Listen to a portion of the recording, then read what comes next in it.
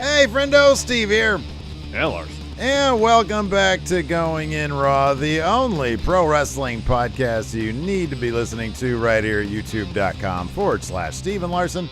Available wherever podcasts can be found, and of course, taped live at the Twitch at twitch.tv/Steve and Larson. Once again, thanks to all the friendos last night for hanging out with us for our Backlash 2022 review, watch along, etc., etc. Had a good time. The review is now live.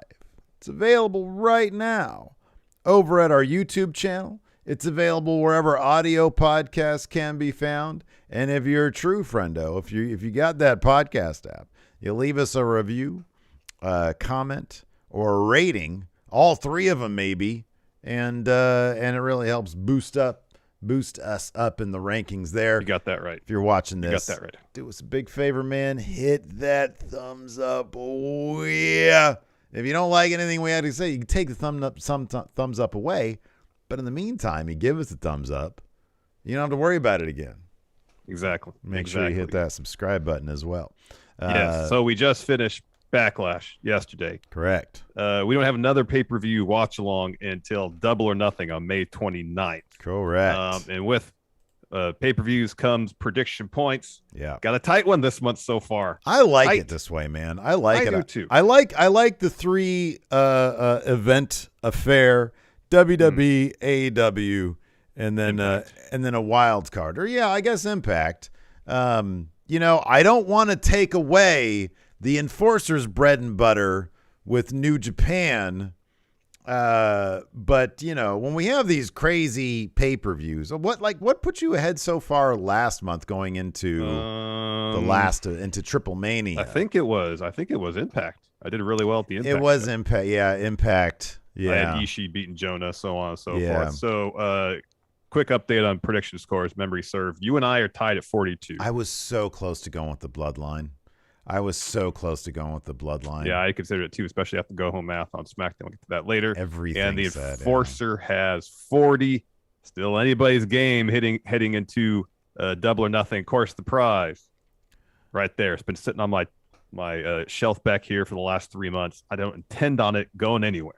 But of course, it does, hey, so be it. It's been a good run. I'm already kind of out of it, to be honest with you, because as you know, Larson, this is all documented over at Friendo Club TV. I'm not even doing my own predictions.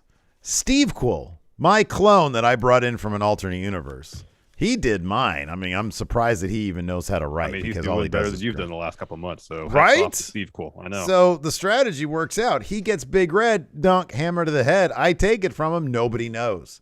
I bury him in my backyard. Well, people do know that he won because you said it in video, and it's up on Friendo Club TV right now. By the way, go subscribe to our second channel, Friendo Club TV.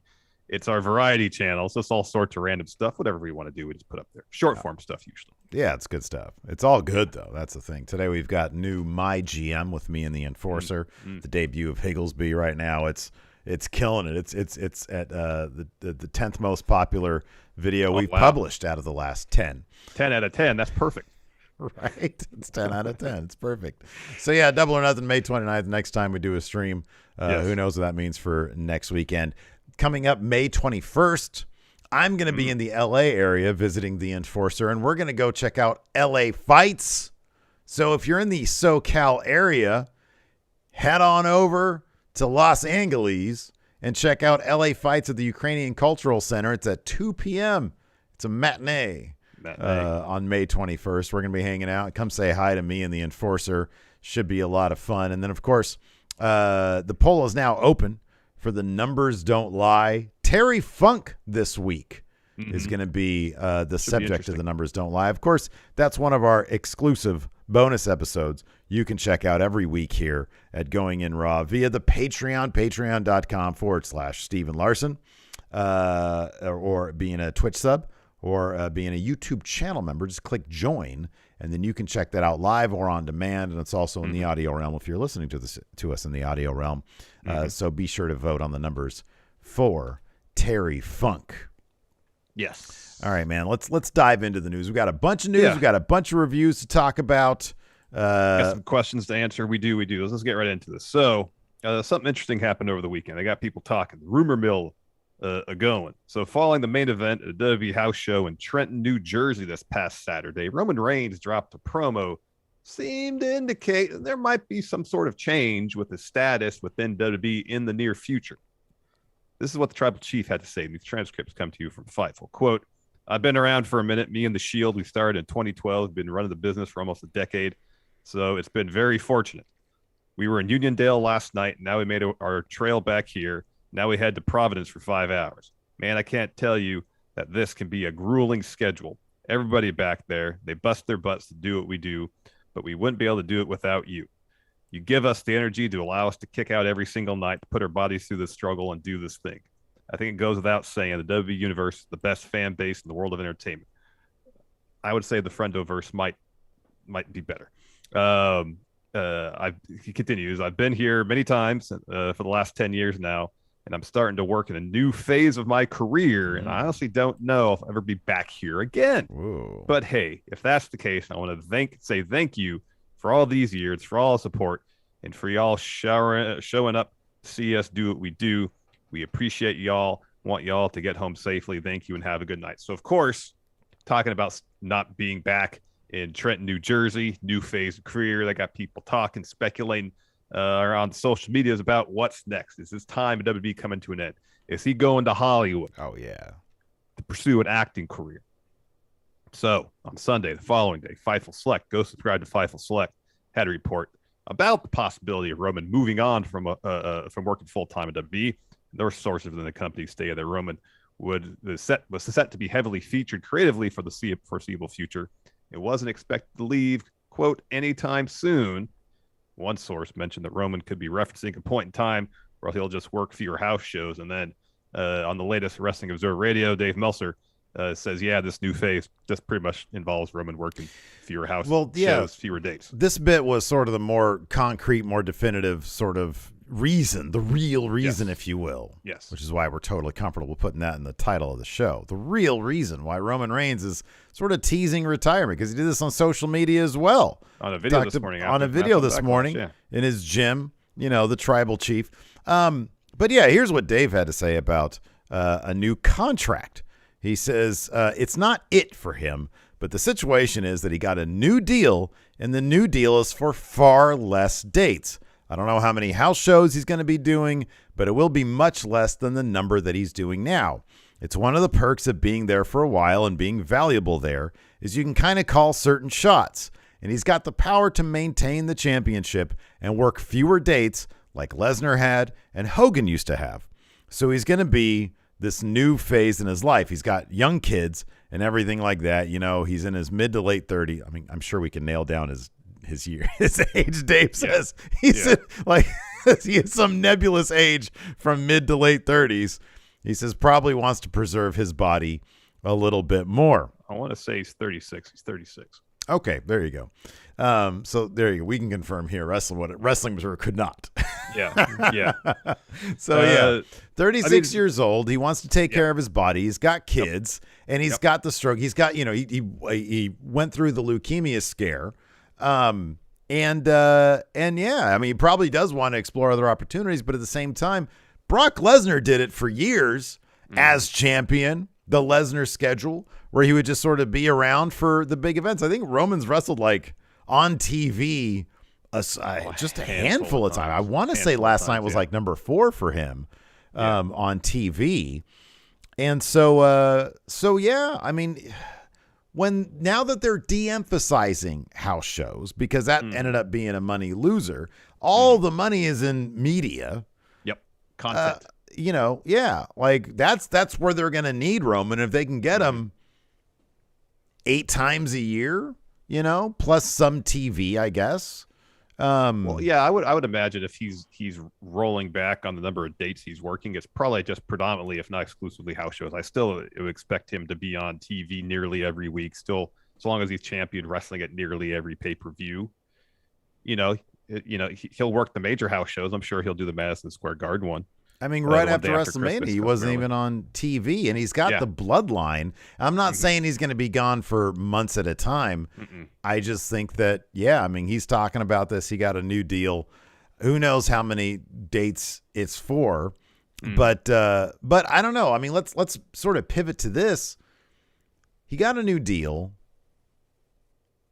Brock did it as the biggest champion, but even during Brock's time as sort of Brock champion, they didn't get the secondary title until summer of 2016. Yeah, that's when the So it was about a 3-year period. invented. Yeah, Brock came back in 2012.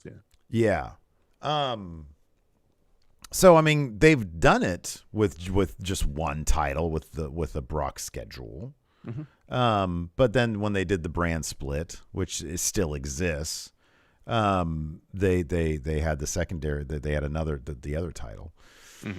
I don't know. Does this new deal, does this say anything to you, or last night's events in terms of like, are they going to split those titles up? Like, what's going to happen with that? It's hard to see this news or anything we've seen since WrestleMania. It's hard to make a determination either way, I would think, because they haven't given there's been no inclination from the creative standpoint about what their plans are, because I doubt they even know what their plans are. You know, you could try to look at what's going on to see if, I mean, at this point, with the main event scene on SmackDown being Roman and pretty much Drew McIntyre, if they can have Roman defend both titles against Raw competitors, because where the main event scene is actually preloaded. Yeah. And then on the side, tell some stories with Drew to eventually lead to their showdown, whether it be at Clash of the Castle earlier in the summer, later in the fall. Cool. That might be the way to go, because the main event scene of SmackDown is pretty depleted, and unless they bring some people over. So, you know, if Roman has this feud with Drew through the summer, ends at SummerSlam, for example. On the SmackDown side of things, what's next for Roman? Yeah. Short of moves in the draft or trades or something like that. So, well, yeah, the draft would be a big deal. I mean, right now on Raw, it's kind of interesting in that, you know, the United States title, it's not like they've elevated that. I mean, they put it on Theory, who I know they want to be a big deal. But it's like you actually have, with the major players, you've got stuff going on. Seth and Cody is in a pretty decent feud that will probably keep going. That has nothing to do with titles and doesn't need titles. Edge right now doesn't need a title, and he's locked up with AJ, Priest, and Finn. So a lot of those players are sort of locked up in stories that don't need titles, and that's to the credit to WWE Creative for doing that, because, often if you're not in a title scene, you're kind of just sort of, lost in the shuffle. So they've actually been managing their roster on Raw pretty decently, and they don't need to elevate the U.S. title to make it a thing. Well, but that being eventually said, that's going to run its course. It'd be cool if they did, and also with that, they need to elevate the Intercontinental title. People mentioned it a lot in chat. Hey, yesterday. man. They've been running since on pay-per-view in more than a year. Right. And it hasn't been missed. Well, I'd argue to the contrary, but nonetheless, if you have two strong mid-card titles that, in the absence, in the case of Raw most weeks, you don't have a top champion. I just wonder, you know what, man? I wonder, this is pure speculation. I wonder if the philosophy is we don't want to elevate those titles to make the main titles even more special. And it's not one that I agree with, but it wouldn't shock me if that was a philosophy that they've adopted. Like, oh, no, those titles don't matter because we've got the Roman titles. Yeah, no, I mean, it wouldn't shock me at all. Titles should matter, period. Yeah. No, they should. They should matter. Yeah. It should matter. Everybody wants to challenge and fight for titles, so you should make them matter. Yeah. But it's WWE. Kind of doesn't matter what we think. Who knows? No, I guess it's true. Yeah. But yeah, I don't know, man. I mean, look, it's good for Roman. That's awesome. He does feel like a bigger deal these days, not just because of those titles, but because when you have a good, a good line between he doesn't wrestle all the time and we do get to see him quite a bit. Sometimes just the specter of Roman Reigns, sometimes Roman just hanging out backstage is enough to be like, oh man, he's a big deal, Yeah. Totally. So they've actually booked him pretty well in that respect. The crowd loves Roman. I mean, he's turning the corner on being heel that everybody loves to boo to heel whose work is greatly appreciated by the crowd. And the next step in that is face turn. Yeah. People want to acknowledge him. And yeah, like you said, next up is face turn. I'm really curious what the original plans. Remember how we heard all the, like, what, a year or two ago? That he wasn't supposed to have the belt very long, yeah. Yeah, and like the heel run was not supposed to be very long. They were going to turn him face much quicker, and they just realized maybe they have a good thing going. And hey, let's do this long-term booking that everybody always bitches about us not doing. You got something that's working and people are into. You roll with it and pivot when it feels right, I guess. Yeah, we're going to talk in a little bit about how this could affect a huge title opportunity in Money in the Bank and a potential clue as to a direction change for that in just a moment. Yes, but first, let's take a quick break here to get a word from our sponsor, Lumen. Hey, Steve. Yeah.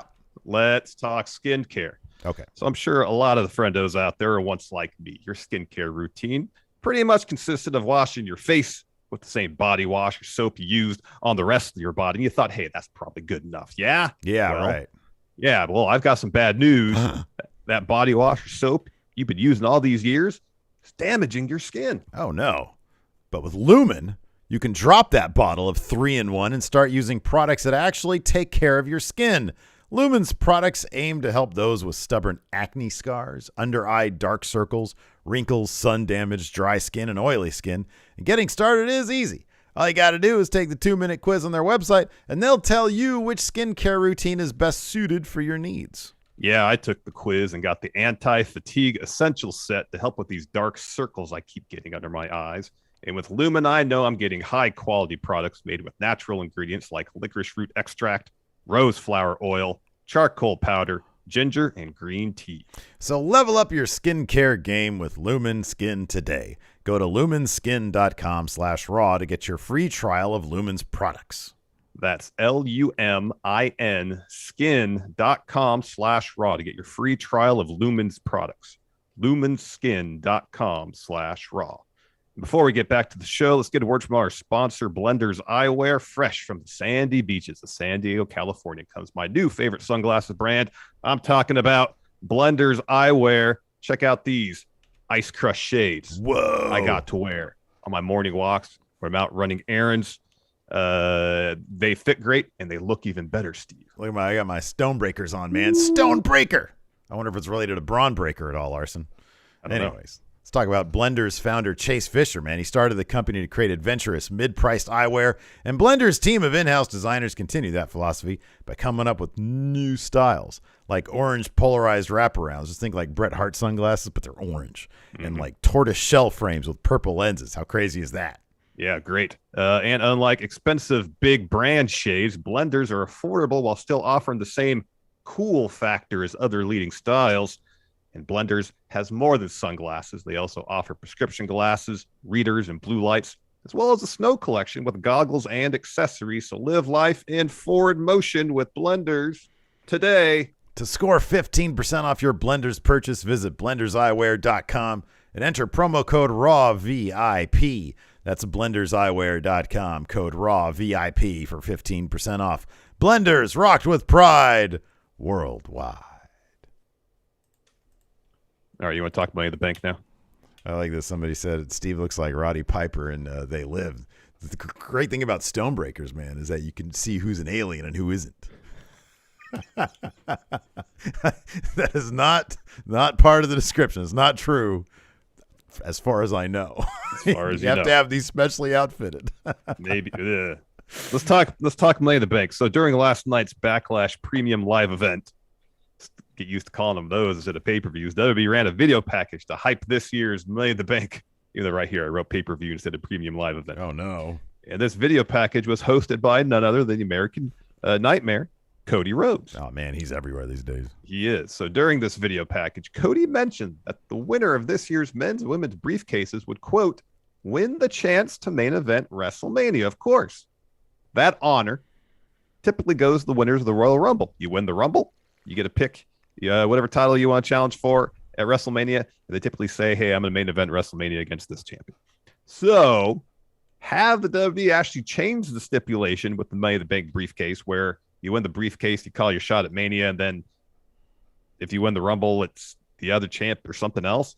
Or is this just their way to hype up the pay-per-view and making it seem like a more important deal since it's making its huge stadium debut? Or should someone just mess up writing this script? So I'm going to eliminate that last part because I kind of refuse to believe they got through filming this whole thing. It cleared everybody. Not saying that that's out of the question. I'm glad you added that as because that needs to be addressed. Somebody just fucked up. No, I don't think that's the case. I don't think that's the case. Shock me if it was, but I'd be kind of. So here's the thing. I would think it's option B. It's just the way to hype up the show because, you know, they were hyping up Backlash as, hey, we're gonna have a tag title unification bout. Mm-hmm. They were advertising that match, and apparently, according to Dave Meltzer, that was never the plan to begin with. They actually hold that match. Yeah, it was to lead to the 6-man tag. So, if the idea is they want to add some importance to the Money in the Bank show, since it's the first one in the huge stadium, they want people to show up. They want the briefcase to feel more important. Which, to be fair, briefcase hasn't carried a lot of importance with it of late because creatively WWE has bungled the implementation and execution of briefcase storylines. Yeah. So you say, hey, we're going to bypass the surprise cash-in, at least in terms of the advertising of the show. Hey, guess what? You get to call your shot at Mania with this briefcase, which in my mind, if they do it, is cool because I feel like that's something someone should have done recently. I think the last person to do that was Mr. Kennedy in like 2006 when he won Money in the Bank or 7, whatever it was. When he won it and he says, I want to main event WrestleMania by winning this. Since then, no one has done that. Yeah, like I think Drew hinted at it or something, but like if he were to win it. I feel like you're probably right. Like I think it's not as eloquent or poetic to say, you know, one male, because Cody says something like one male and female superstar get their opportunity to wait for an opponent to be beat up severely and then cash in on them opportunistically. Yeah. That doesn't sound cool. It doesn't. Even though it's, in my opinion, could usually pretty damn cool when that does happen. Now, yeah, I am not a fan of how they did Big E last year. That sucked. Him just tweeting out, I'm going to cash in tonight. And then he did that. That was dumb. I hated that so much. Yeah, his reign sucked, and he deserved so much better. Yep. To be honest with you, it's kind of why you put it on a bad guy anyways, because that's just, you know, Seth Rollins is the best example. The opportunistic cash-in fits the heel more so than the face. Yeah, and maybe they look at that. Maybe they're like, hey, what's the best cash-in of all time? It's arguably Seth Rollins. I mean, you can make the case perhaps for the first one. I thought that was like, you know, the innovative. Yeah. But honestly, like on the biggest stage, Seth Rollins doing it, that's got to be the best cash-in of all time. Oh, yeah. And it was at WrestleMania. It was a huge WrestleMania moment. And it's a big selling point. It is. Yeah. I mean, but yeah, it is weird that they would do that. And honestly, it would not surprise me if they did announce this year that the stipulation has changed because here's the other thing. Everything at WrestleMania is a main event, according to WWE, not according to us. True. According to WWE. Everybody was main eventing this year. I know. Like it was even more than it usually is, where like, you know, Seth Rollins was claiming that he needs Vince McMahon was like, you need a main event. You need your own main event. Okay, so now we're just redefining what a main event at WrestleMania is. I know. Like there's no undercard in WrestleMania anymore. Right. So if there's some sort of stipulation, a big thing happening at WrestleMania, that's just a main event. You know? Yeah, I think so. As far as how this is going to happen this year, I have a theory, and I think I may have talked about it back when Cody did that opening promo. So it's been confirmed. I think someone mentioned it then. Has been confirmed. WWE is having a Raw taping at Madison Square Garden, like right before Money in the Bank, I believe. Mm-hmm. Cody challenges Roman to a title match at that Raw, wins, but by count out, just like his dad did. Mm-hmm. Oh wow, yeah. At Madison Square Garden. So he wins the match, doesn't get the title. Mm-hmm. He gets in the Money in the Bank ladder match. He wins that. Then he calls his shot. Mm-hmm. If I can't do it at Madison Square Garden, I got to do the next largest platform, the grandest stage of them all, WrestleMania. Mm-hmm. Yeah. Somebody asked this yesterday, man. If somebody wins Money in the Bank, do they get to challenge for both the Roman's titles? It's traditionally been pick one. But they've never done it when somebody's rolling around. I mean, that's a way of getting around. You don't have to create a new title then. Yeah, right. You have Roman carry those titles to Mania, and if someone cashes in, and Cody says, "I want the WWE title because that's the lineage title," then that's what it is. Therein might lie some evidence that that he is going to drop one of them. The fact that he hasn't actually like melded them together, that he hasn't rawgated them together into one unified title. He's still just carrying around both those things. So I suspect that, it wouldn't shock me at all if Cody, but still the idea of Roman actually losing anything to anybody at this point is kind of like, I'll believe it when I see it. You know? Totally. Yeah. So we'll see how that plays out. I wonder if they're trying to like lock down The Rock before they figure out the Money in the Bank stuff. That's entirely possible because, I mean, I guess it's in theory, Cody could win the briefcase and say, "Oh, I want to cash in main event at SummerSlam" or something like that. Right? Yeah.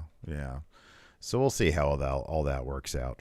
Yep. Let's talk about this real quick. Impact under siege with this past weekend. I think I watched most of it. You said you haven't actually seen. I did not get a chance. I was unusually busy this weekend, so I did not get to have a chance to sit down and watch. There were some changes made to the card right beforehand, so we had to kind of scramble in terms of our predictions to get those in line with what the card actually was. Oh, my goodness. I heard nothing but great things about the show, though. Everybody's saying that it was tons of fun. Tons of fun. Yeah, everything that I saw was really good. I didn't watch. What did I watch? I saw all of Sabin versus Macklin. Sort of surprising that Macklin lost, but then if you realize that his contract is coming up next month, and he's really interested in working with New Japan. It probably, it may be some evidence that he's not going to be sticking around. Maybe he's interested in going to New Japan and doing some stuff there. I watched Taya Valkyrie. So Sabin beat Macklin earlier in the show. We'll just go over the results here. Heath and Rhino defeated Shera and Raj Singh. Rich Swann in a really terrific triple threat match. This was one of them that was altered. It was supposed to be Rich Swann versus Laredo Kid. They threw Mike Bailey in there because Speedball was supposed to have a match against Alex Shelley. That didn't happen. So Rich Swann picked up the win there. I know he had, signaled that he had wanted to go after that digital media title that Matt Cardona has. Yep. So we'll probably see that coming up soon. Giselle Shaw ended up getting the win over Madison Rain to kick off the show. Then we had Sabin beating Steve Macklin. Taya Valkyrie got the win on Deonna Purrazzo, and at the end of that match, we had Mia Yim showing up in Impact, which was pretty great. She had a really great big deal entrance. According to Fightful Select, Mia Yim is there for 6 months at this point, although she is open to working with them beyond that time. So that's really cool to see her in Impact. She went after, Deonna Purrazzo kind of went after her after that match, and then when Deonna tried to beat up Taya a little bit more, Mia Yim stepped in, said, So that should be a good first match there, Deonna and Mia Yim. We had a really terrific X Division match. This one I did watch. I watched it this morning. Ace Austin beat Trey Miguel just with a spectacular match, man. This was really good. I can't wait to see Ace Austin in the Best of the Super Juniors this year, man. I know. It's going to be incredible. Shockingly, Larson. Shockingly. Yeah. This was a mess of a match because it's like 10 people. Honor No More versus Bullet Club. It was a lot of fun, but it was just everybody going everywhere. Carl Anderson doing what he loves to do. Eat pins. Eating pins, yeah. Yeah, he loves to beat up John Cena, but he also loves to eat pins. Eat pins. Like peaches. I was really surprised because, just at Wrestling Dontaku, it was like, hey, Bullet Club, it's the thing again now, That's kind of the vibe I got coming out of Wrestling Dontaku. And I was like, okay, well, I mean, part of that then seems to be, well, they're not going to lose an Impact. It's not like Honor No More has been booked as like a winning faction by any stretch of the imagination. But I also kind of wonder, it does kind of feel like Bullet Club Impact, even though it's got Jay White, the leader even in New Japan, it just feels like, you know what? New Japan's probably just like, you know what? Just protect us a bit and do what you want. Because Bullet Club's gotten a lot of wins in Impact. They've gotten a lot of wins there. So they could probably stand to eat some losses, I guess, as a make good, perhaps. Yeah, I was surprised about this, but also in the back of my head, I was like, Honor No More has to win something. The last big thing they won was Eddie Edwards beating Chris Bay in the pre-show last month. Yeah, which was only a couple weeks ago. Yeah. No, well, then Taven and Bennett got eliminated from the tag challenge by Heath and Rhino. Yeah, I know. Last month too. So they got to get something. Like, okay, well, I mean, PCO's like their breakout guy. Yeah, no, he's been winning. He's like the strongest member of Honor No More. Yeah. So Honor No More ends it. But this match was such a mess that it didn't look bad for Bullet Club. It's not like Jay White was eating the pin here. The way they booked it, like everybody was doing moves on the outside, and then I don't even know who it was. Two of the Honor No More guys snuck in and laid out Carl Anderson with their finish, and everybody was already laid out. Gotcha. We had Tasha Steelz beating Havoc. I saw this was a really fun match. Tasha Steelz doing her best just to get Havoc off her feet. Havoc with the strength advantage, of course. Tasha Steelz ended up getting the win with her move. I think it's called Blackout. And she took it. Was great. It's like sort of a crucifix bomb. Yeah. And she hit that on Jessica Havoc. Oh my God. It was it was something else to see somebody, with a much bigger size take that move. It was a good match though. We had the Briscoes, of course, becoming new Impact Tag Team Champions, beating Violent by Design. Smart move on Impact, putting those titles on the Briscoes. Mm-hmm. This was a really fun match.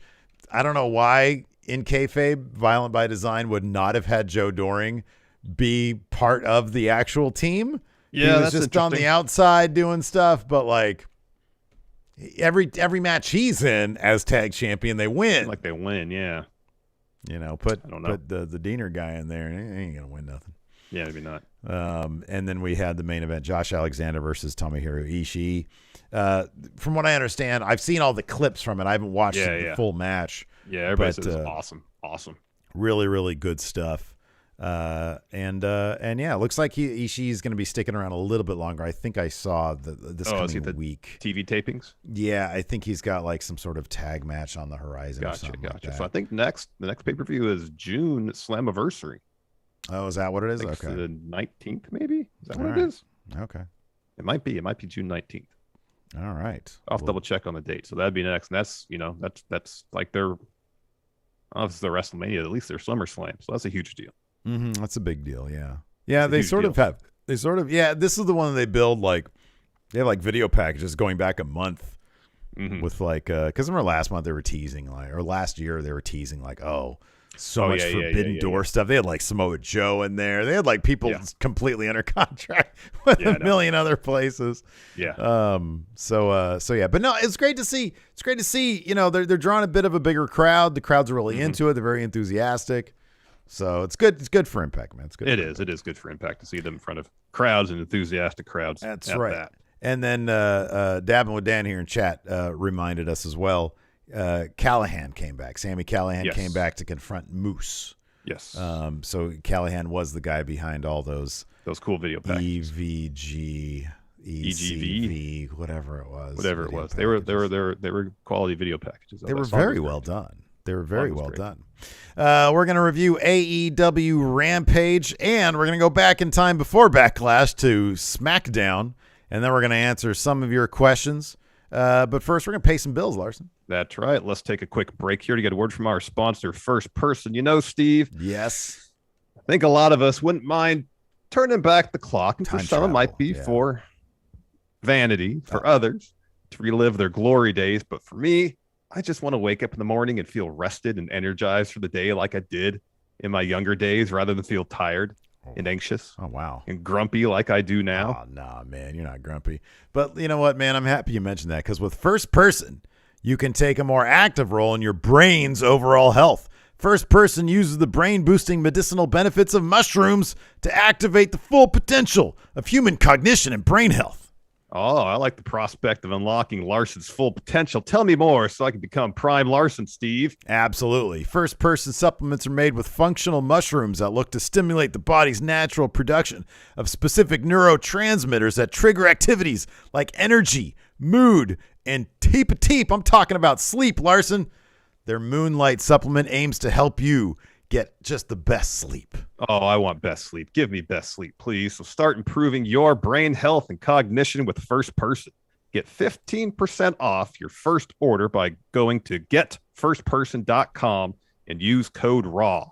That's GETFIRSTPERSON.com, code RAW for 15% off your first order. Getfirstperson.com, code RAW. And these statements have not been evaluated by the Food and Drug Administration. These products are not intended to diagnose, treat, cure, or prevent any disease. Get this thing up here. Here we go. Before we get back to the show, let's get a word from our sponsor, Upside. I got to tell you, Larson. What's that? Every time getting gas, grabbing some food out at a restaurant, I'm noticing that everything is more expensive. Yeah. This inflation is hitting me where it hurts, Larson. Yeah, I hear you, Steve, which is why I started using Upside with buying gas or dining out, because Upside gives me cash back on those purchases. I bought everything from gas to burritos. And with each purchase, I've gotten cash put into my pocket to buy even more burritos. I've tried it. It really works, and it's great because that means I can buy more burritos. Yeah, you get even more burritos is the point. And Upside it's super easy, man. You just download the app from the App Store or Google Play, claim an offer on whatever you're buying, check in, pay as you normally would with like a debit or credit card, and then bang, you get paid. You can cash out anytime to your bank account, PayPal, or an e-gift card for Amazon and other brands. And you can earn 3 times more cash back with Upside in comparison to credit card rewards or loyalty programs. So download the free Upside app and use promo code RAW to get $5 or more cash back on your first purchase of $10 or more. That's $5 or more cash back on your first purchase of $10 or more using promo code RAW. All right, man. AEW Rampage. WWE Smackdown. Let's talk about these Friday shows. Sure. I thought Rampage was pretty fun. The opening tag bout was an absolute blast. Britt and Jamie Hayter taking on Ruby Soho and Toni Storm. They gave it time. They let these women show what they can do in the ring, and it delivered. Yeah, man. I enjoyed every second of it. Yeah, it was good stuff. I thought the Yuka Sakazaki Riho match was also a lot of fun. I thought that was great. Again, give them time and let them show what they can do. They delivered. Oh, shit. I didn't even realize we had 2 women's matches in this hour. Holy crap. Wow, look at that. I know. It's I wish this would happen more often. 2 women's matches during the course of a show and give them time. Because people were into both these matches. The fans were both into both these matches. Yeah, man, absolutely. It was great. Otherwise, fun enough show. I enjoyed it for the most part. Yeah, I mean, that's sort of the boilerplate answer for Rampage. It's a good show, fun stuff, nothing happens. But there was some good wrestling. Let's see here. There was this bit here. I like this. This is going to be interesting. Lambert sort of going back to being heel Dan, yeah. Heel Dan, but then Scorpio Sky's like, no, that title that's around your waist, Daniel, it needs to be in the trophy case in America Top Team, where I've asked it to be in the first place. So he's sort of laying down the law because Kazarian comes out and they're talking shit to him, and he's like, no. Listen, Frankie, you get your shit. And I hope this isn't like a ruse for him to like cheat against Kazarian, because Sky's like, I'm going to be a fighting champion. I think it's much more interesting if he has sort of turned that, corner into, hey, I'm going to be a straight up dude and be a fighting champion. And, I'd much rather him split off from this shit than if anything, the other thing. It'd be interesting to see Kazarian swerve Scorpio Sky. Oh, no. And join up with American Top Team. Oh, that'd be interesting. Yeah. Ooh. I mean, because Kazarian did come out, wearing all black. Mm-hmm. If you go by movie tropes. Well, wrestling tropes too. Entertainment tropes. Yeah. Either that tells you, that's bad guy or soon to be bad guy. Yeah. Bad news right there. Like in the cowboy movies, the cowboy's wearing the black hat, bad guy. Mm-hmm. Yeah. Yeah. Fun stuff. So it kicked off with that tag match. Like you said, Britt Baker and Jamie Hayter versus Ruby Soho and Toni Storm. All sorts of implications for the Owen Foundation tournament here. Mm-hmm. Got to make sure to get that foundation in there because they do that. You can't just call it the Owen, man. You got to call it the Owen Foundation tournament. Yes. Anyways, Tony gets the roll up on Britt here for the win. It was good stuff, though. It was one of those matches. Just go watch the match. It was good stuff. Yeah, it was a really fun match. Really fun. Really fun. There's a couple sequences, especially towards the end, that were awesome. Awesome. Yeah. Then we go to commentary, and then Excalibur's like, "Hey, someone's calling in, and it's Eddie Kingston." We got it. We're gonna put you on speakerphone, and so you just see Chris Jericho listening to Kingston, and he says, "This is good stuff, even over the phone." Kingston's dropping great promos. He says, "Jericho, I came home after the fireball to my face. My wife of 20 years. She's always been able to put me back together, but when I walked in the door, she cried, Jericho. This is no longer about pro wrestling. This is all about me making you feel the fear and pain my wife went through. I'm going to hurt you real bad, Jericho, and it's all going to be for my wifey." Mm-hmm. Yeah, man. I want to have – she needs to come to ringside, with Kingston. His head's all going to be wrapped up because of that vicious fireball. Yeah, that fireball, yeah. Jericho did a decent job. Like at the beginning, he's laughing it off, and by the end, he's basically crapping his pants. He's shitting himself. Yeah, he's not happy about it. Pooped his pants. And we got Tony Nese, Mark Sterling promo, and Tony Nese is like, "What do I got to do to get on this show?" Mm-hmm. Says, "I guess I don't know the right people." So Mark Sterling says, "Well, you do now." And he's talking about challenging someone who's undefeated at AEW to a match. You're thinking, "Oh, it's going to be Hook." It's going to be Hook. No, Nese says next week in my hometown, I'm going to give Danhausen his first loss in AEW. Is it going to be Danhausen's first match in AEW? I think so. That's cool. So speaking of which, we had sort of leading into that, we had Hook versus JD Drake after this. Hook makes fairly quick work of JD Drake. He reverses a DDT into a Red Rum, and Drake taps. So that brings Danhausen out. He says, I don't know if Hook was watching before, but Tony Nese challenged me to a match. And he's going to have that, I forget what he called Sterling. He said it was something funny, though. It was mean. I forget what it was. Something, yeah. He says he's going to have Sterling. Mean Mike Sterling or something like that. He says he's going to have him in his corner, but he says, "So I have a proposal for you, Hook." And it's Hook's birthday, by the way. Mm-hmm. And at that point, the crowd is chanting Hookhausen, and Danhausen acknowledges that. And he says, "Hey, can you be in my corner?" And then Danhausen offers his hand. And then he taps Hook on the chest. He's like, "Come on, shake my hand."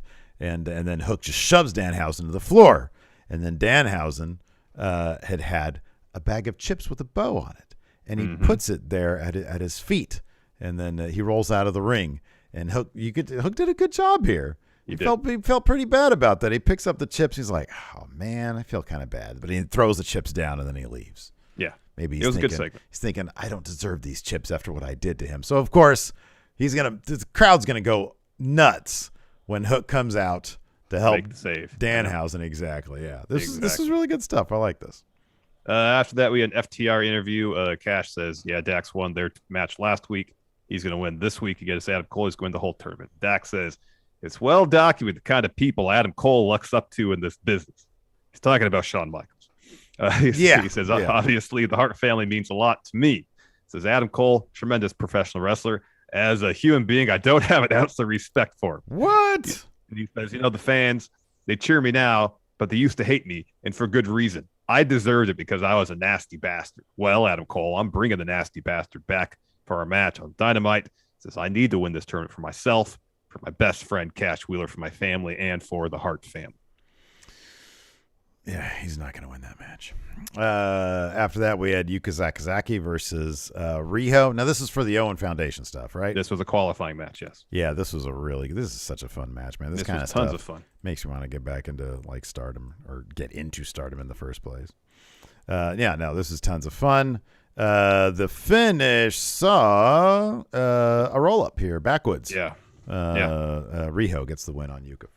Yeah, that top rope flatliner that Yuka did was it was awesome. Pretty crazy. It was awesome. Yeah, that was awesome. Then we got a Shawn Spears promo. He says, "Hey, Wardlow, listen.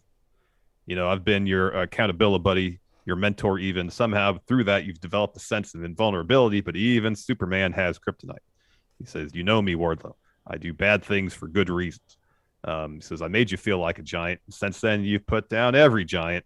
You're now the top big man in AEW. Well, here comes your kryptonite." So he gets up, and there's a chair behind him, and on that chair says, "Giant Killer." So who is it, Larson? It's Spears. He's Giant Killer. Oh, it's him. He's built he's built this giant. Now it's his job. It feels like to take the giant okay. down. All right. So it's because it's on a chair. Okay, he's the giant killer now. Yeah. Okay. Do you think it'd be Kevin Nash? Well, I was hoping, obviously. He's got all the stem cells running through his body now. He's probably moving around like a 20-year-old again. No, I don't know. I think it would be Spears. I thought, they were going to bring somebody else in. My mind is so focused on who are they going to bring in. Oh, it's just him? Okay. Well, he's going to lose. Yeah, of course he's going to lose. I mean, who were they were going to bring in was going to lose too. No, I know. But, it's always fun when they bring somebody in. There's some same old dudes already there. Come on, man. We got this forbidden door open here. Have it be Taguchi or some shit. Oh wow. Has Taguchi been slaying giants in New Japan? I don't think so. You want the funky weapon to take down Wardlow. Or Yoshihashi. Give me a loose explosion, perhaps. No, Wardlow has to face the loose explosion, huh? Yeah. Oh, Wardlow's going to win that one? I don't think so. After that, we had a Dan Lambert Men of the Year promo. We sort of talked about this. Yeah. He's just talking shit about his own hometown of Baltimore. Page says we had a team meeting about the mixed tag match, but that's not going to happen. The mixed tag match is off. Then Frankie Kazarian comes down the ring. He's like, yeah, all this MPYP stuff. I want my title shot. And then Page steps in. He says, you suck and SCU is dead. Sky says, whoa, hold on, man. Things are going to be different. I'm bringing respect to this title. Dan, that should not be around your waist. Put it in the trophy case. I'm going to be a fighting champion. A dominant champion. And with all due respect, he already said that. And then he says, Kaz, I gave you my word. Next week, you get your shot. Because Kazarian says, give me the shot. Give me my shot. We got a quick little bit where Jungle Boy shows up at commentary to attack Ricky Starks. Starks escapes up through the tunnel.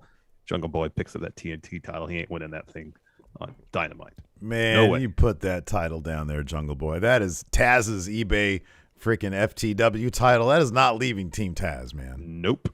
Then we got the customary pre-main event interview. This time, Jay Lethal and Takeshita early on. Takeshita says, I respect Lethal. I'm not afraid of him. And Sanjay Dutt's like, oh, you're not afraid of me. You're not afraid of Singh. You're not afraid of Jay Lethal. And then Jay Lethal says, I'm going to give you a reason to be very afraid. That match was next. That match was really fun. Rad, man. That match, especially that fucking the finish there. Oh, that was great. Takeshita kicks out of the roll up, and the kick out sended Lethal towards the ropes, and he just seamlessly hits a lethal injection off that, which already is an amazing move. I mean, his handspring is like second to none, dude, because he's basically, his hands are like still by his side while he's upside down, and then he like does the hands real quick to do the actual handspring. Yeah, it was great. That finish was awesome. Yeah, it was really cool. So Lethal picks up the win there. Dutt and Satnam Singh get in the ring. They take the boots to Takeshita, and the best friends come out to make the save. And I'm thinking to myself, oh, Takeshita, get away from them now. You know what? They're just they lose Wheeler Yuta. They're going to try to sucker some other guy into their crap faction. Oh, no. Takeshita, run, son, run. Get out of there. Then Samoa Joe comes to the ring with a lead pipe. Security holds him back. Yep. Then we also had SmackDown on Friday. I really should have listened to what they told me as far as the main event with Bloodline and Drew and RK Bro, because they stood super tall to close the show. They stood really tall. And I was like sitting there, and I was like, here was my thing. Everything, I wanted to go as safe as possible. Yep. You know what I mean? Because this was the kind of pay-per-view where it's like, you make one wrong move, and all of a sudden you're walking a double or nothing down like 5, 6, 7 points. Yeah, and AEW shows, while their pay-per-views are usually pretty good, they're usually also very predictable. They're fairly predictable. That's going to come down to like 1 or 2 matches. You know what I mean? Yep. So yeah, I was like, you know what? I'm just going to go because I looked at like the betting odds. I did a little bit of research into like the past. But everything really said to me, Bloodline's winning, but everybody is saying that RK, Bro, and Drew are winning. So I'm just going to stick with that. But from a storyline perspective, it does make sense for RK, Bro, and Drew to win because they win the match. Drew can say, give me title shot now. It makes sense. That's something WWE has done. You know? I know. But again, that's one of those things where you got to think, okay, what does our logic tell us? And what does WWE logic tell us? WWE logic is Bloodline doesn't lose. Yeah, I understand that. When Roman's involved, Roman doesn't lose. And that's the simplicity of WWE's booking. That's so why when people talk about Money in the Bank, when they talk about Cody or Edge or anybody winning one of those titles, like, okay, how are they going to do that? Unless it's Roman doesn't want the Raw title anymore, which would be weird. Or management makes him give it up, which would be a little less weird, but still kind of weird. How are they going to get those titles off Roman? Yeah, I know. So yeah, that's the situation. So yeah, they had that face to face in the main event. What was really weird to me, although kind of logically speaking, it makes some amount of sense, was Lacey Evans. She has spent weeks talking about her tortured life. And then they do this weird thing where the ring announcer says Lacey Evans would like everybody to stand up to show their respect. And then Lacey Evans comes. I'm like, that's kind of a heel thing to do. That's kind of like a shitty thing to do if you're supposed to be, oh, my life. But then I'm thinking to myself, I'm like, well, she's had like a really over the top shitty life. And maybe that's the result, which is a really terrible way to present her. Like, I don't know how to take this, man. What's going on with this? Yeah, I don't know. Because, she had, the third or fourth of those promos she does. And then, the ring announcer makes a point of introducing her. And then she comes out and comes to the ramp, poses a bit, goes and gives some fans high fives. And then stands on the guardrail and poses. And that's it. Yeah. Like, no, Maggie has it right here in chat. A very succinct way of putting it. She literally ends every promo saying she's not better than anyone. But then she asks everybody to stand up and show her respect. Like, that's weird. It's like they were like, hey, we're going to position you as an underdog face with a really great story, which she does have a great story of perseverance. Mm-hmm. But then at the last minute, they're like, hey, you know what? We're loaded with faces. We need a new heel. Yeah, who knows? And you're going to go after Ronda, who's a face. Mm-hmm. I mean, is that what happened? They're like, oh, we didn't think about this. Charlotte's not going to have that title anymore. We need a bad guy, so you're going to be a bad guy here. But like, what kind of wonky ass message is that? Yeah. Persevere through a crappy life, say you're not better than anybody, and then act like you're better than everybody? Yeah. That's the weirdest shit, man. That's so not. It's so not thought through, and it so misses the mark in a way that I don't think they realize. Yeah. You know what I mean? Yeah. It's like that's sending a terrible message and you don't realize it. Yeah. Otherwise, it was your typical go-home show with a lot of recap packages. I literally got through this episode of Smackdown in 50 minutes. Yeah, it was pretty thin on stuff. So it opened up with Aaliyah versus Charlotte. Charlotte had a bit of a promo, just talking a bunch of crap about Ronda, of course. She tells Aaliyah, hey, enjoy your 15 seconds of fame and give everybody a preview I'm going to do to Ronda at Backlash. He says, I'm going to pretend you're Ronda right now. Bang, sucker punches her, hits some ground and pound. Just keeps yelling at Aaliyah to say, I quit. She does it. Ronda comes to ringside, pulls Charlotte out of the ring. They brawl a bunch ringside. We get the bit where the producers and refs come to break it up. They do. Ronda and or Charlotte break free, brawl again. This goes on and off, and eventually Charlotte rolls out of the ring to escape Ronda. Yeah. First match of the night, Sasha Banks versus Shayna Baszler. Fun bout. Saw Shayna roll up Sasha near the ropes, and then Natalya's there, holds down Sasha's feet so she can't kick out. Mm-hmm. Shayna wins. So Natalya hits the ring. Her and Shayna are attacking Sasha and Naomi. Naomi's selling arm after Shayna stomped on it. And so Natalya is holding up Naomi as Shayna is about to stomp Sasha's arm. Naomi, though, boots Shayna, and then her and Sasha hit Natalya with double eat defeat. Mm-hmm. Yeah, that's going to be a really good match. You said that's supposed to be happening this Friday? Friday, right? I believe this Friday, yeah. That's going to be good. Yeah. After that, we had an Usos interview. He said the time for talking is done. The Riddle talks too much anyways. As far as Randy Orton, we're Florida boys. Snakes don't bother us. We're going to make some snakeskin Air Force Ones at Backlash. Damn, that's graphic. Then we had RK Bro interview, and Riddle says he's confused by the Usos. Orton says the Usos been yapping for weeks, but at Backlash, they don't need to worry about what kind of shoes they're going to sport. They need to worry about the 3 most dangerous letters in sports entertainment. It's RK Bro. It's RK Bro. Then we had Happy Talk with Happy Corbin. He's interrupted by Riddick Moss on the Tron. And, this was brutal. This was brutal. So he says everybody came here to hear me crack jokes, and he just proceeds to tell a bunch of like really bad but mean-spirited jokes about Baron Corbin. And Corbin says, all right, you feel safe in the back telling these jokes. You don't have the guts to come out here and say it to my face. And Moss just pretty much says, oh, really? He comes to the ring, tells more jokes about Corbin, and Corbin he has to cover up his tattoo on his chest because Moss makes some joke about it, and he walks out, Corbin does, of the ring humiliated. Doesn't go after Moss, doesn't try to punch him, nothing. He just leaves utterly humiliated. Man, I think we got it right last night. I think bum-ass Corbin's coming. I think come Vegas, he's going to lose everything, and we're going to be back to bum-ass Corbin. Seems to be the case. Look at this long-term storytelling. We got Drew Gulak versus Walter. Walter beat the shit out of Drew Gulak here. There was nothing that Drew Gulak could do here. He just got annihilated. I don't know what's next for Drew Gulak besides hopefully some, recovery time. Yeah. Walter destroyed him. Powerbomb. Win. Yeah. We had a Shinsuke Nakamura interview after that. God, a lot of interviews. Just talks about the bloodline putting the hurt to Boogs. Then they try to hurt me. He says, one day soon when the time is right, I'm going to get a piece of Roman, and I'll never forget it. And then he leaves, and you see Sami Zayn creeping around. Yep. Drew McIntyre has an interview after that. He says, today the WWE Universe deserves a sneak peek for Sunday. He says they deserve to see Roman get his head kicked off.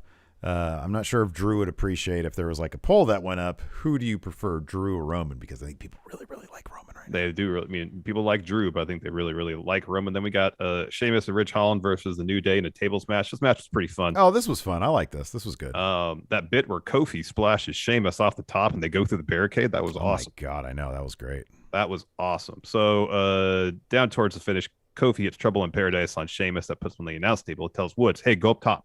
Hit an elbow. Put him through the table.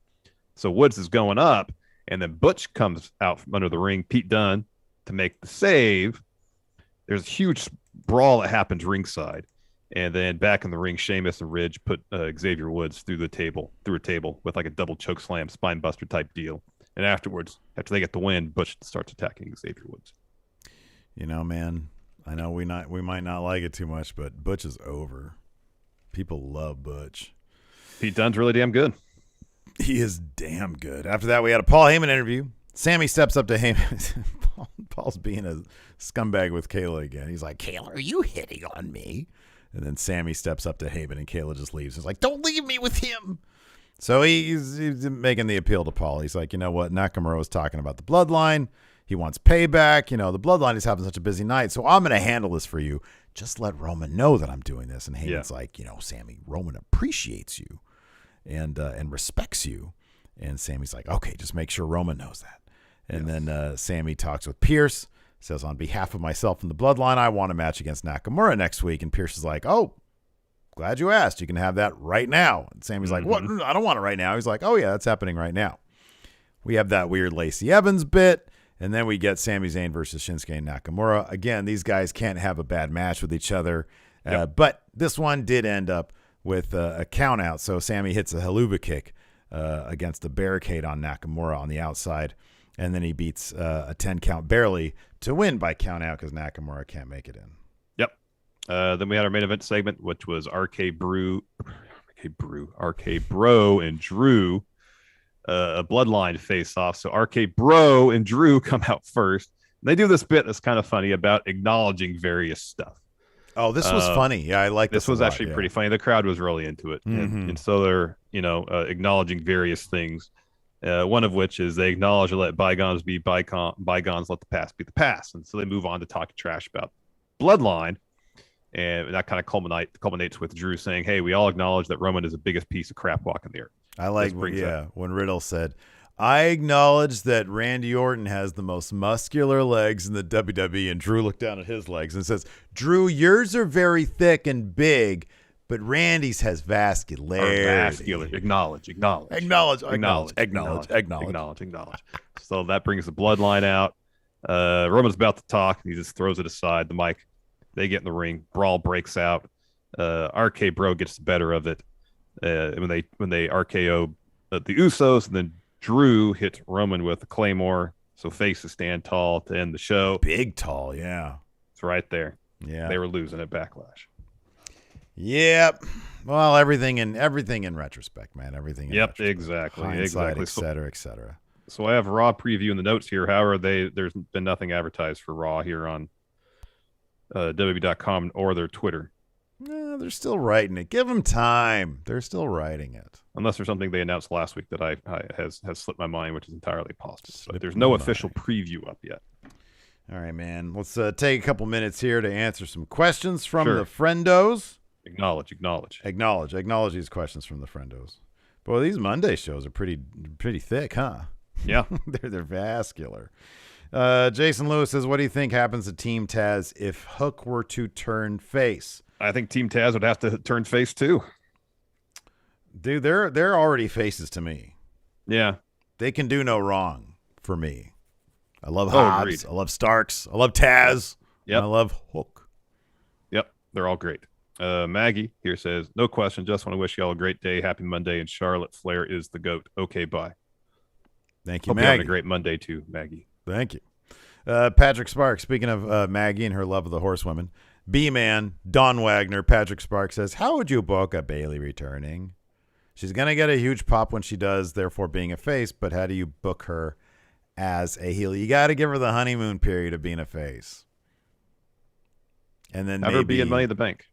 Oh, that's good. That's really good. That is really good. The thing is, like, you got to keep her away from Ronda for a while because people are just going to want to see Bayley cash in on Ronda if she's, the Money in the Bank. I know. The man turn says, Charlotte just gave us one of the best one-liners in recent memory. What would be your one-liner you deliver before eventually quitting? So Charlotte said, Happy Mother's Day, B, I think she said, to Ronda. So you're in a situation, you're in a brutal match, you're about to quit. For me, it's easy. Yeah, okay. You want me to quit? Not going to happen. And guess what? I quit right after. And then you say, I quit. I'm going to go, remember that scene in Deadwood? It was after the coward Jack McCall was acquitted on the murder of Wild Bill. Mm-hmm. And he's at Swearingen's bar. He's at the Gem. And he's having a good time. And everybody's eyeballing him like he's the biggest piece of shit because it was, the circumstances of the town, the politics set him free, basically. Mm-hmm. But everybody knows he got away with murder, and everybody loved Wild Bill. So everybody's eyeballing him. And Swearingen, the guy who masterminded his acquittal, but it doesn't feel good about it. But it was best for business. He comes up to Jack McCall, and he basically says, Jack, he says, there's a horse waiting for you out there. Before somebody or me gets the idea to kill you, you need to get out of here. And Jack McCall stands up, takes a shot, and says, I'm afraid of no man. And then he hightails it out of there. That's what I would say. Good. I'm afraid of no man. And then I give up. Yeah. Oh, yeah. Fear and Loathing says, go out like Stringer Bell. Do it, motherfucker. Jeremiah Price. So you go through Rawgate and are put into an uber athletic version of your 20-year-old self's body. What company would you want to start your wrestling career in, knowing how 20-year-old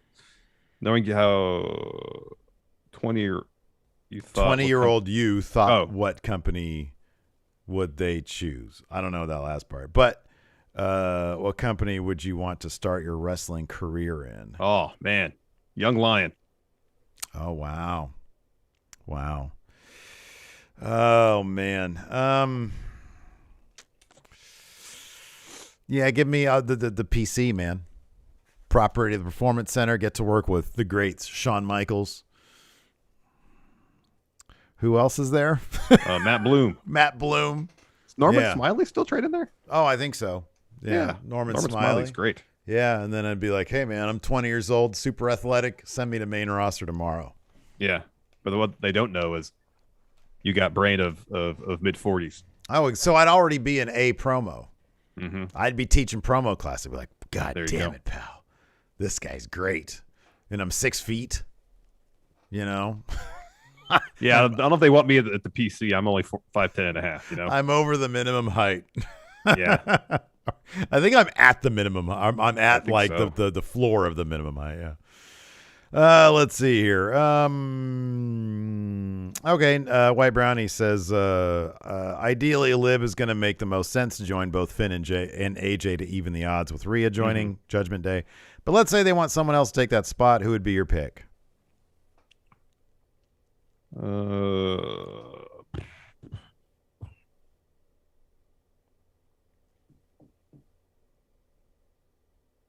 They are loaded with heels over there. I know. They're loaded with heels. I mean, what, like, and Bianca? There's not a whole lot of faces who are not in a story right now.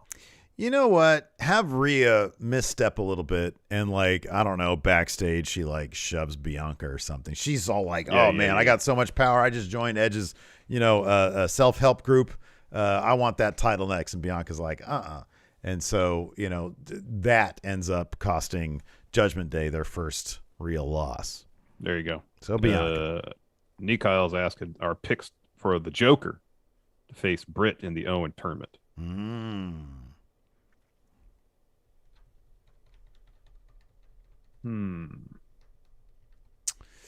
I'll go with Nixon Newell.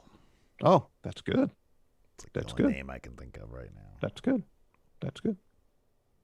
I mean, I'd pop huge if it were Athena. I just don't know if Britt's going to lose in the first round. Yeah.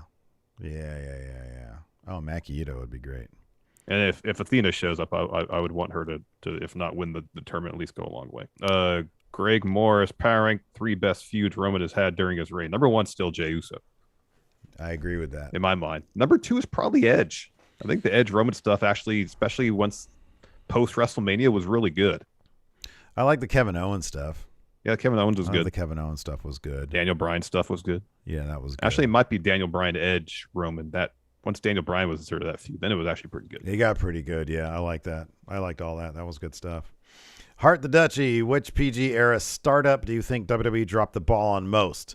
He throws out some names: Mike Knox, Tyler Rex, Kalen Croft. Wow, I don't even remember Kalen Croft. I do not remember that person. Oh, man, I don't know. What was that dude's name? He joined the new Nexus for Mason Ryder. He had a really good look. Oh, Mason Ryan. Yeah. He was probably a dog shit wrestler, if I recall. Yeah. But he had a good look to him anyways. PG era startup. I mean, does Wade Barrett qualify? Probably. I know he had some success, but he could have been believable world champion, man. Yeah, I think he did all right for himself. He did do all right by himself. He did all right for himself. Wildcard says Croft was in the Dude Busters with Trent Beretta. Wow. All right. Okay. NJWP Reigns gets injured for an extended period of time and has to vacate the belts. Would you go with one champ still or split the belts and go with 2 champs? And who would be your champ or champs? I'd go with 2 champs. Cody on Raw, Drew on SmackDown. Yes, I would go with 2 champs. Although I don't know, it'd be kind of interesting if one of them Raw dudes picked up both titles. That could be. It'd be kind of interesting. I wouldn't mind rolling on that for a little bit. Nick, my hero. What is the best wrestling gif of all time other than Dick Togo mask gif, of course? For me, it's Blue Demon's hammer, or it's Kevin Nash when he gets out of the wheelchair. So I would go with that, or I would go with either Nash, or I'd go with Sting mask. Yeah, that's good too. Sting mask under Sting mask is good. Let's see here.